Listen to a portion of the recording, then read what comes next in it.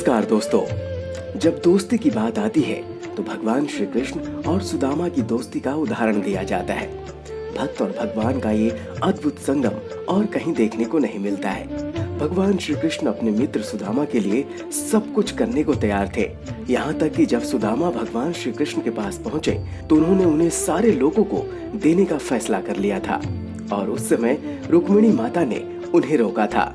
ऐसी मित्रता थी सुदामा और भगवान श्री कृष्ण की। लेकिन क्या आपको पता है कि सुदामा जी को भगवान शिव ने मारा था? जी हाँ, इसका उल्लेख पुराणों में भी किया गया है। तो इस वीडियो में हम इसी बात की पड़ताल करेंगे।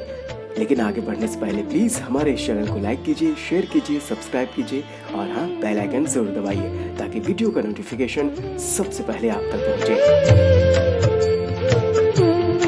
कहते हैं कि स्वर्ग के एक विशेष भाग गोलोक में सुदामा और विराजा रहते थे। सुदामा को विराजा से प्रेम हो गया था, लेकिन विराजा श्री कृष्ण जी से प्रेम करती थी। विराजा का भगवान श्री कृष्ण के प्रति प्रेम को देखकर राधा रानी ने विराजा को पृथ्वी पर जन्म लेने का श्राप दे दिया। राधा रानी ने क्रोध में सुदामा को भी मृत्यु लोक पर जाने का श्राप दे दिया। विराजा का जन्म धर्मध्वज के यहाँ तुलसी के रूप में हुआ, तो वहीं सुदामा का जन्म राक्षस राज दंभ के यहाँ शंखचूर्ण के रूप में हुआ। शंखचूर्ण ब्रह्मा जी का भक्त था। उसने ब्रह्मा जी की कठोर तपस्या की। शंखचूर्ण की तपस्या से प्रसन्न होकर ब्रह्मा जी प्रकट हुए और वर मांगने के लिए कहा। तब शंखचूर्ण ने वरदान मांगा, मैं देवताओं के लिए अजय हो जाऊं। ब्रह्मा जी ने उसे वरदान दे दिया और कहा, तुम बद्री वन जाओ, वहां धर्मध्वज की पुत्री तुलसी तपस्या कर रही है, तुम उसके साथ विवाह कर लो। इसके बाद शंखचूर्ण ने देवी तुलसी से गंधर्व विवाह कर लिया।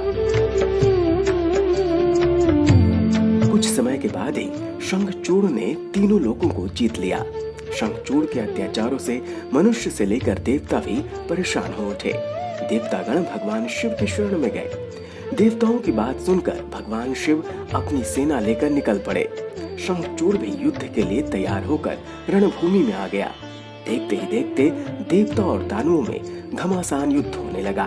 वरदान के कारण शंखचूर्ण को देवता हरा नहीं पा रहे थे। शंखचूर्ण और देवताओं का युद्ध सैकड़ों सालों तक चलता रहा। अंत में भगवान शिव ने शंखचूर्ण का वध करने के लिए जैसे ही अपना त्रिशूल उठाया, तभी आकाशवाणी हुई कि जब तक शंखचूर्ण के हाथ में श्री हरि का कवच है और उसकी पत्नी का सतीत्व अखंडित है, तब तक इसका वध संभव नहीं होगा। इसके बाद भगवान विष्णु ने ब्राह्मण के वेश में शंखचूर्ण से श्री हरि कवच दान के रूप में मांग लिया। भगवान विष्णु उस कवच को पहनकर माँ तुलसी के सामने शंखचूर्ण के रूप में उपस्थित हुए। उनके रूप को देखकर माँ तुलसी ने उन्हें अपना पति मानकर उनका आदर सत्कार किया। ऐसा करने से माँ तुलसी का सतीत्व नष्ट हो गया। सतीत्व नष्ट होने के कारण शंखचूर्ण की शक्ति भी क्षीण हो गई। इसके बाद भगवान शिव ने शंखचूर्ण का वध करके देवताओं को उसके अत्याचार से मुक्त करा दिया। उधर कुछ समय बाद तुलसी को ज्ञात हुआ कि वो मेरे स्वामी नहीं है। तब भगवान अपने मूल स्वरूप में आ गए।